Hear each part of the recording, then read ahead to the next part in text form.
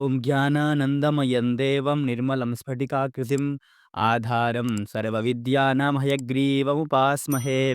वेदवेदाङ्गवेदान्तन्यायशास्त्रार्थकोविदम् अस्मदाचार्यवर्यं श्रीगोविन्दार्यं समाश्रये। अज्ञानतिमिरान्धस्य ज्ञानाञ्जनशलाकया चक्षुरुन्मीलितं येन तस्मै श्रीगुरवे नमः।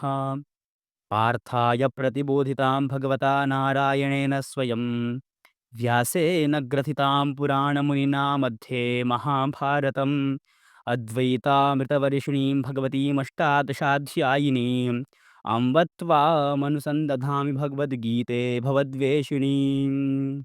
कृष्णाय वासुदेवाय हरये परमात्मने प्रणतक्लेशनाशाय गोविन्दाय नमो नमः। नमो नमः। स्वागतम मित्राणि, नमः सर्वेभ्यः। आप सभी का इस यूट्यूब चैनल में मैं दंडपाणि आचार्य हार्दिक स्वागत करता हूँ। आशा करता हूँ आप सब कुशल मंगल होंगे। आज से हम यहाँ पर अध्ययन करेंगे श्रीमद् भगवद गीता का जो शांकर भाष्य है उसको लेकर के 15वें अध्याय का, अर्थात सामान्यतः 15वां अध्याय जो है वह मुख्य अध्याय है, ये हम जानते हैं। और इसके बारे में भी हमें बहुत जगह पढ़ने को मिलता है सामान्य के तौर पर, श्लोकार्थ भावार्थ इसको लेकर के। लेकिन हम इसको यहाँ पर विशेष रूप से शांकर भाष्य की जो पंक्ति है उसको लेकर के सारे श्लोकों का अध्ययन करेंगे। तो आज शुरू करते हैं। ओम श्री परमात्मने नमः। अथ पंचदशोऽध्यायः।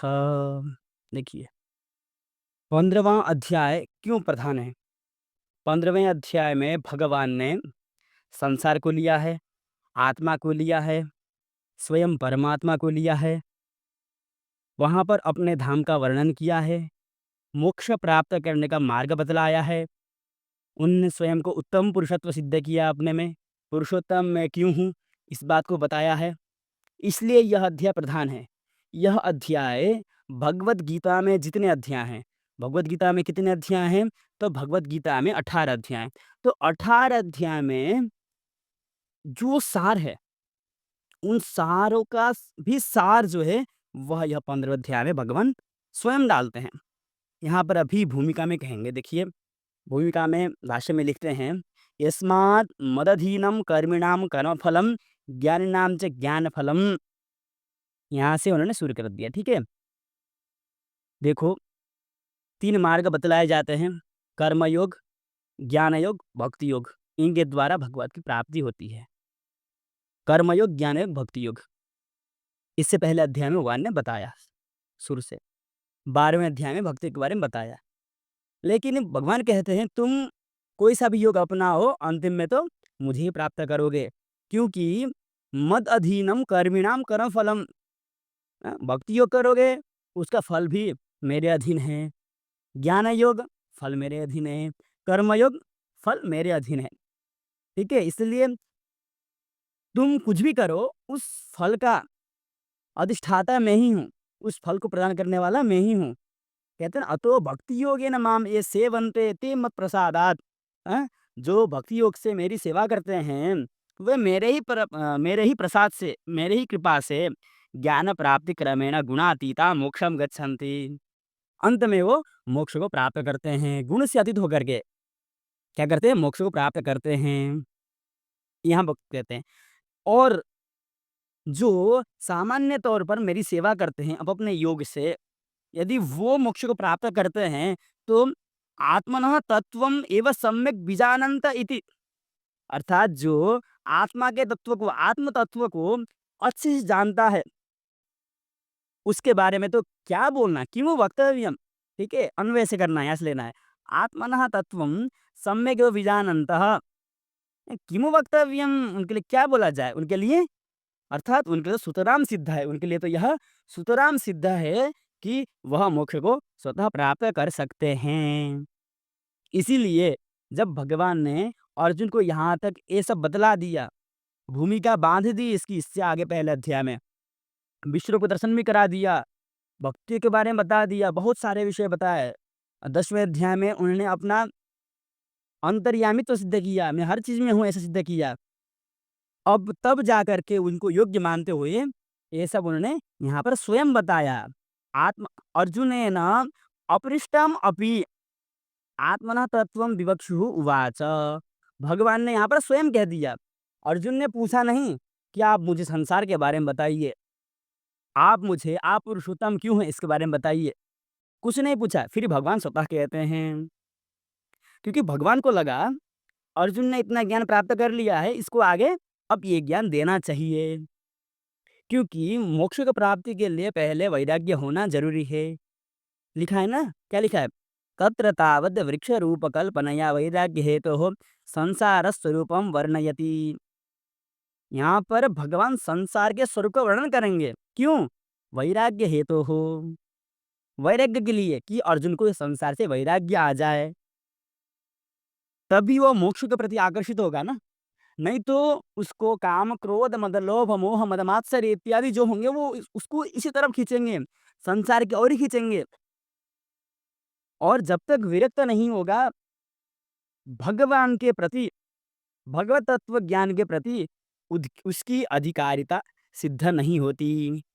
क्यों? विरक्तस्य हि संसारात् भगवत तत्व ज्ञान अधिकारः। क्योंकि जो विरक्त हो चुका है वही भगवान के तत्व ज्ञान को प्राप्त कर सकता है। भगवत स्वरूप जो तत्व ज्ञान है उसको प्राप्त कर सकता है। न अन्यस्य, अन्य का अधिकार है ही नहीं। यदि यदि भगवान को तुम जानना चाहते हो, तत्व ज्ञान करना चाहते हो, तो तुमको क्या करना पड़ेगा? सबसे पहले संसार से विरक्त होना पड़ेगा। ठीक है? तो यहाँ पर भाष्यकार भूमिका बाँधते हैं। इन्हें भूमिका बाँधा कि 15 अध्याय भगवान ने क्यों प्रारंभ की। ठीक है? इसके आगे हम आगे देखते हैं। श्लोक है श्रीभगवानुवाच ऊर्ध्वमूलमधः शाखमश्वत्थं प्राहुरव्ययं छन्दांसि यस्य पर्णानि यस्तं वेद स वेदवित्। एक बार फिर सुन लेंगे। ऊर्ध्वमूलमधः शाखमश्वत्थं प्राहुरव्ययं छन्दांसि यस्य पर्णानि यस्तं वेद स वेदवित्। यहाँ पर एक सोचने की बात आती है। संसार का वृक्ष कैसा है? अभी कहा ना कि वैराग्य आ जाए इसलिए भगवान वृक्ष के रूप की कल्पना करके भगवान वृक्ष की रूप की कल्पना करके यहाँ पर वर्णन करते हैं। तो वृक्ष कैसा है? तो ऊर्ध्व मूलम, वास्तव में जो वृक्ष होता है उसका मूल नीचे होता है, लेकिन संसार स्वरूप जो वृक्ष है उसका ऊर्ध्व मूलम, तो ऊर्ध्व माने ऊंचा। तो कहते हैं यहाँ पर ऊर्ध्व शब्द जो है वो परब्रह्मवाची है, अर्थात मूल में ऊर्ध्व है। मूल में ऊर्ध्व है अर्थात परब्रह्म है, इसके मूल हैं। परब्रह्म ही मूल है। तो सामान्य शंका होती है परब्रह्म मूल कैसे हो सकते हैं? आखिर क्या कारण है? तो कहते हैं देखो ऊर्ध्वमूलम कालतः सूक्ष्मत्वात्। भगवान जो है परब्रह्म तत्व जो है वो कालतः सूक्ष्मत्वात्, वो काल से भी सूक्ष्म है। कारण तत्वात्, क्या है वो? कारण तत्वात्। भगवत तत्व जो है वो काल से भी सूक्ष्म है। कारणत्वात्, सबके प्रति कारण बनता है। नित्यत्वात्, वह नित्य है। महत्वात्, वह महान है। ऊर्ध्वम उच्यते ब्रह्म, इसलिए उसको ऊर्ध्व बोला जाता है। परब्रह्म को क्या बोला गया? ऊर्ध्वम। इसलिए ऊर्ध्व मूलम माने परब्रह्म है जिसका मूल है। ठीक है? ये हमें समझना है। अव्यक्त माया शक्तिमत तद मूलम अस्य इति सः। ठीक है? अव्यक्त माया शक्ति जिसकी है, वही मूल है। तो मूल कौन है? परब्रह्म ही है। अव्यक्त माया शक्तिमान भगवान ही हो सकते हैं। तो यह जो विशेषण दिया अव्यक्त माया शक्तिमत्व, अव्यक्त माया शक्ति से युक्त कौन हो सकता है? मात्र भगवान ही हो सकते हैं? परब्रह्म ही हो सकता है, अन्य नहीं हो सकता है। ठीक है? श्रुते च, ठीक है? श्रुतेश्च, अब श्रुति बता रहे हैं। जैसे ऊर्ध्वमूलो वाक्शाखः, कठोपनिषद का है ऊर्ध्वमूलः। संसार वृक्ष कैसा है? मूल ऊपर की ओर है, अवाक शाखा, शाखा नीचे की ओर है, शाखा नीचे की ओर है। ठीक है? पुराणे च, अब इसको पुराण में भी बतलाते हैं। पुराण में भी कहते हैं, क्या कह रहे हैं? अव्यक्त मूल प्रभवस्तस्यैवानुग्रहोत्थिताः बुद्धिस्कन्धमयश्चैव इन्द्रियान्तरकोटरः महाभूतविशाखश्च विषयैः पत्रवांस्तथा धर्माधर्मसुपुष्पश्च सुखदुःखफलोदयः आजीव्यः सर्वभूतानां ब्रह्मवृक्षः सनातनः एतद् ब्रह्मवनं चैव ब्रह्माचरति नित्यशः एतत् छित्त्वा च भित्त्वा च ज्ञानेन परमासिना ततश्चात्मरतिं प्राप्य तस्मान्नावर्तते पुनः। अभी जो हमने श्लोक में पढ़ा ना, तो उसी का ही ये विस्तृत स्वरूप है। अव्यक्त मूल प्रभवः, यह जो वृक्ष है उसकी उत्पत्ति कहाँ से हुई? तो अव्यक्त रूप मूल से उसकी उत्पत्ति हुई है। ठीक है? अव्यक्त मूल प्रभवः, और यह ऊपर उठी है ना, बढ़ रहा, उत्थितः, यह वृक्ष बढ़ा हुआ है। कैसे? तस्यैव अनुग्रह उत्थितः, उसी के ही अनुग्रह से यह बड़ा हुआ है। बुद्धिस्कंधमयश्चैव, स्कंध माने शाखा। हाँ? बुद्धि इसकी शाखा है। इंद्रियांतर कोटरः, जो हमारी इंद्रियां हैं ना, इसके कोटर, कोटर माने बीच में जो गड्ढे होते हैं पेड़ में। ठीक है? इंद्रियांतर कोटरः महाभूत विशाखश्च विषयैः पत्रवांस्तथा धर्माधर्म सुपुष्पश्च सुख दुःख फलोदय का।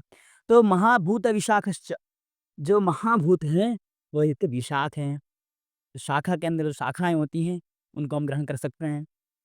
पत्रवान है, यह वृक्ष के पत्ते भी हैं, लेकिन पत्ते क्या हैं? तो कहा विषयैः। क्या कहा? विषयैः, विषय ही इनके पत्ते हैं। धर्मा धर्म सुपुष्पश्च, इसमें फूल भी लगे हैं। फूल किस चीज के हैं? धर्म अधर्म इसके फूल हैं।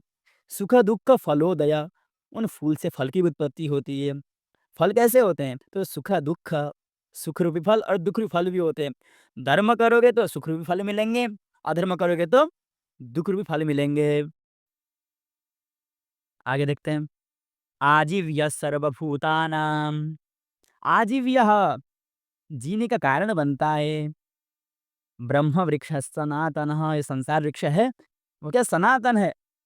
अनादिकाल से चलता आ रहा, अनादिकाल तक, अनंत काल तक यह चलेगा। एतद् ब्रह्मवनं चैव ब्रह्माचरति नित्यशः, भगवान यहाँ पर हर चीज में स्थित रहते हैं, हर स्वरूप में स्थित रहते हैं भगवान यहाँ पर। एतत् छित्त्वा च भित्त्वा च ज्ञानेन परमासिना, परमासिना, असी माने होता है शस्त्र, यहाँ का है परमासिना। तो असी माने होता है शस्त्र, तलवार। तो तलवार कैसा होना चाहिए? तो परम होना चाहिए। किस स्वरूप होना चाहिए? तो ज्ञान स्वरूप उस तलवार से एतत् छित्त्वा च भित्त्वा च, इस वृक्ष को क्या करके? छेदन भेदन करके। उसके बाद क्या होगा? तो आत्मरतिम प्राप्य, आत्मरति को वह प्राप्त करेगा। किसको प्राप्त करेगा? वो आत्मरति को वह प्राप्त करेगा। तस्मान ना वर्तते पुनः, फिर वहाँ पर दोबारा वापिस नहीं आता है। फिर वहाँ से दोबारा वापिस नहीं आता, अर्थात जब आत्मा में प्रीति लाभ करेगा तो वह मोक्ष को प्राप्त करेगा। तो मोक्ष को प्राप्त करने के बाद वह परम धाम को जाएगा। तो परम धाम को जाने के बाद वह वापिस नहीं आएगा। ठीक है? तो न आवर्तते का अर्थ यह है। तो इस प्रकार से ऊर्ध्वमूलम अधशाखम जो कहा गया है उसका मैं बताया। ऊर्ध्वमूल क्या, अधशाख क्या है? ठीक है? तो तम ऊर्ध्वमूलम संसार मायामयम वृक्षम अधशाख महदहंकार तन्मात्रादय शाखा इव अस्य अधो भवन्ति इति सह अयम अधशाख तम अधशाखम। तो ऊर्ध्वमूल कहा, तो अधशाखा माने क्या है? तो महतत्व, अहंकार तत्व, तन्मात्रा आदि जो भी हैं वैसे शाखा जैसे हैं। वो सब कहाँ होते हैं? उसके इसके नीचे होते हैं। वो सब इनके नीचे होते हैं। इसलिए क्या कहा गया है? अधशाखः। देखो समास कर दिया। क्या कर दिया इसमें? अधशाखः। अध ठीक है? अधशाखा सन्ति यस्य सः अधशाखः वृक्षः। ठीक है? तम अधशाखम बोला। अश्वत्थ किसे कहते हैं? तो बोला न श्वः अपि स्थाता, जो कल तक भी नहीं रहता है, आज ही खत्म हो जाता है, उसे अश्वत्थ कहते हैं। लेकिन यह संसार का वृक्ष तो अश्वत्थ तो है, लेकिन यह क्या है? अव्यय है। क्या है? अव्यय है, यानी कभी इसका नाश नहीं होता है। बोले कैसे? ये तो विचित्र हो गया ना। नाम तुमने अश्वत्थ रखा इसका, अश्वत्थम प्राहु है ना, अश्वत्थ कहते हैं, लेकिन अव्यय है। व्यय माने नष्ट होना, अव्यय माने नष्ट नहीं होता है। तो अव्यय यह कैसे सिद्ध हो सकता है? कहते हैं देखो, अव्यय माने होता है नश्वर। हाँ? यद्यपि संसारगत नाशशील हम देखते हैं, फिर भी ये अनादिकाल प्रवृत्तत्वात् अनादिकाल प्रवृत्तत्वात् ये बहुत काल पहले से ही चलता आ रहा है। इसलिए अयम संसार वृक्षः, यह जो संसार रूपी जो वृक्ष है वह अव्यय है। अनादि अनंत देहादि संतानाश्रयः, संतान माने होता है परंपरा, संतान माने होता है परंपरा। यह अनादिकाल से ही देहादियों में आता जाता रहा है, देहादियों के आश्रय बनता जा रहा है। ठीक है, यदि हम शरीर लेकर के रहते हैं तो हमें कहाँ पे रहना पड़ता है? इस संसार में ही रहना पड़ता है, यहीं रह रहे हैं हम लोग, हम भी रह रहे हैं। यदि एक व्यक्ति 84 लाख योनियों में भ्रमण करता है, तो कितने व्यक्ति हैं, अर्थात कितनी आत्मा हैं, और कब से चलता आ रहा है। अतः इसको अव्यक्त कहा गया है। यदि कोई पूछे कि इसको अव्यक्त क्यों कहते हैं, तो हमें क्या करना है, ये देना, अनादिकाल प्रवृत्तत्वात् सः, अर्थात अनादिकाल प्रवृत्तत्वात् सः माने वह अव्यक्त है। ठीक है, हाँ, तस्य एव संसार वृक्षस्य इदम अन्यद विशेषणम, और संसार वृक्ष का यही अव्यक्तः, यह विशेषण, अव्यक्तः संसार वृक्षः, ऐसा हमें समझना चाहिए। वो कहा छंदांसि यस्य पर्णानि, क्या कहा? छंदांसि कहा ना, तो छंदांसि यस्य पर्णानि, छंद जिसके पत्ते हैं। देखो, छादनात् छंदांसि, वो ढकते हैं, क्या करते हैं वो? ढकते हैं। इसलिए उसको, जिस प्रकार पेड़ को कौन ढकता है? पत्ते ढकते हैं ना। उसे छंदांसि ऋग्यजुस्सामलक्षणानि यस्य संसार वृक्षस्य पर्णानि, संसार रूपी वृक्ष के क्या है? पत्ते हैं। यथा वृक्षस्य परिरक्षणार्थानि पर्णानि तथा वेदाः संसार वृक्ष परिरक्षणार्था धर्माधर्म तद्धेतु फल प्रकाशनार्थत्वात्। देखो, सामान्य वृक्ष होते हैं तो उसके पत्ते होते हैं, क्यों? ढकने के लिए। लेकिन संसार रूपी जो वृक्ष है उसके पत्ते साक्षात वेद ही हैं। क्यों? अभी कहा ना, धर्म अधर्म, सुख दुख, पहले फूल लगते हैं, फल लगते हैं, कहा ना। ये धर्म अधर्म क्या है? ये फूल है, फूल से ही फल की उत्पत्ति होती है। धर्म होगा तो सुख रूपी फल की उत्पत्ति होगी, अधर्म होगा तो दुख रूपी फल की उत्पत्ति होगी। लेकिन इसको कौन ढकता है ऊपर से? पत्ते ढकते हैं, फूल को भी फल को भी। इसीलिए वेद ही, छंद माने वेद ही इसके पत्ते हैं संसार वृक्ष के। ठीक है, तद्धेतु फल प्रकाशनार्थत्वात्, जब इसकी रक्षा करेंगे ऊपर से तभी तो ये आगे बढ़ेंगे।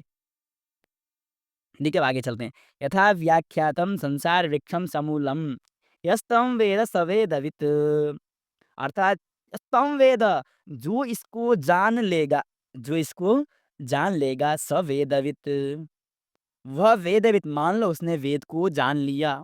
किसको जान लिया? स वेदवित्, वेदार्थविद इत्यर्थः, उसने वेद को जान लिया है। नहीं बचा उसके लिए अब कुछ जानने के लिए, सब जान लिया उसने। इस प्रकार का हम उसे समझ सकते हैं। अब सामान्य एक शंका होती है कि इस वृक्ष को जान लेने मात्र से ही वह संपूर्ण वेदों का ज्ञाता कैसे हो सकता है? तो कहते हैं, नहीं संसार वृक्षात् अस्मात् समूलात् ज्ञेयः अन्य अणुमात्र अपि अवशिष्टः। समूलात्, संसार वृक्षात्, अस्मात्, ठीक है, यदि मूल सहित इस संसार वृक्ष को हमने जान लिया, उसके बाद ज्ञेय अन्य पदार्थ कुछ भी अवशिष्ट न अस्ति, नहीं है। ठीक है ही नहीं। यह, अतः सर्वज्ञः स यो वेदार्थवित् इति समूल वृक्ष ज्ञानम स्तौति। इसीलिए यहाँ पर जो कहा गया ना, यस्तम वेद स वेदवित्, अर्थात यहाँ पर वेदवित् कहने से समूल वृक्ष ज्ञानम, वृक्ष ज्ञान नहीं करना, समूल, मूल सहित वृक्ष ज्ञान। मूल कौन है? ऊर्ध्व मूलम, ऊर्ध्व माने परब्रह्म, परब्रह्म सहित जिस सबको जान लेता है, सत्य असत्य का विवेक करना, आत्मा परमात्मा तत्व का ज्ञान जो कर लेता है, इस संसार वृक्ष को जान लेता है इस प्रकार से। अभी सब कहा ना पुराण श्लोक में, क्या क्या, किसको क्या क्या कहें, इंद्रियांतरकूटरः विषयपत्रमस्थः, इस प्रकार जो सब कुछ जान लेता है वही क्या है? वेदार्थविद है, वही वेदविद कहा गया यहाँ पर। ठीक है, यह हुआ प्रथम श्लोक। फिर आगे देखते हैं, तस्य एव संसार वृक्षस्य अपरा अवयव कल्पना उच्यते। आज इसको यहीं रखते हैं। आज हमने जो पढ़ा उसके बाद फिर देखते हैं। आज हमने इसकी सबसे पहले भूमिका पढ़ी कि यह जो 15वां अध्याय भगवान ने अर्जुन को क्यों बताई? क्योंकि अभी तक भगवान अर्जुन को ज्ञान दे रहे थे। तो उतना ज्ञान प्राप्त करने के बाद यह ज्ञान ज़रूरी था, क्योंकि भगवान ने उसको सब कुछ ज्ञान दे दिया, भक्ति योग तक दि बता दिया। उसके बाद अब अर्जुन को भगवान मोक्ष की ओर ले जाना चाहते हैं। मोक्ष के लिए क्या चाहिए सबसे पहले? मोक्ष के लिए वैराग्य चाहिए। क्या चाहिए? वैराग्य चाहिए। क्योंकि विरक्तस्य संसारात् अधिकारः बोला ना, तत्वज्ञाने अधिकारः। पहले विरक्त होगा संसार से, फिर ही तो उसका अधिकार है भगवान को जानने में। इसलिए भगवान ने इसकी वर्णन की। अब कैसे समझाया? एग्ज़ाम्पल के लिए तो कहा वृक्ष रूप कल्पनाया। कैसे समझाया भगवान ने? वृक्ष रूप कल्पनाया। तो वृक्ष की स्वरूप की कल्पना की भगवान ने, है ना? कहा ना कि इन वृक्ष बनाया, उसका मूल स्वयं को बनाया, ठीक है? शाखा बनाए, पत्ते बनाए, प्रतिशाखा बनाए, कूटर बनाया। भगवान ने इस प्रकार से अर्जुन को समझाना शुरू किया। और जो इस संसारमय वृक्ष को, संसार मायामय वृक्ष को समझता है, संसार वृक्ष को जो समझता है, वही वेदविद कहलाता है। यस्तम संसार वृक्षम वेद, स वेदविद, वह वेदविद कहलाता है। तो आज इतना ही अध्ययन करते हैं।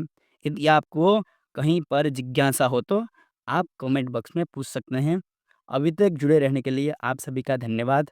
ओम पूर्णमदः पूर्णमिदं पूर्णात् पूर्णमुदच्यते पूर्णस्य पूर्णमादाय पूर्णमेवावशिष्यते। ओम शांति शांति शांति। नमः संस्कृताय नमः सर्वेभ्यः।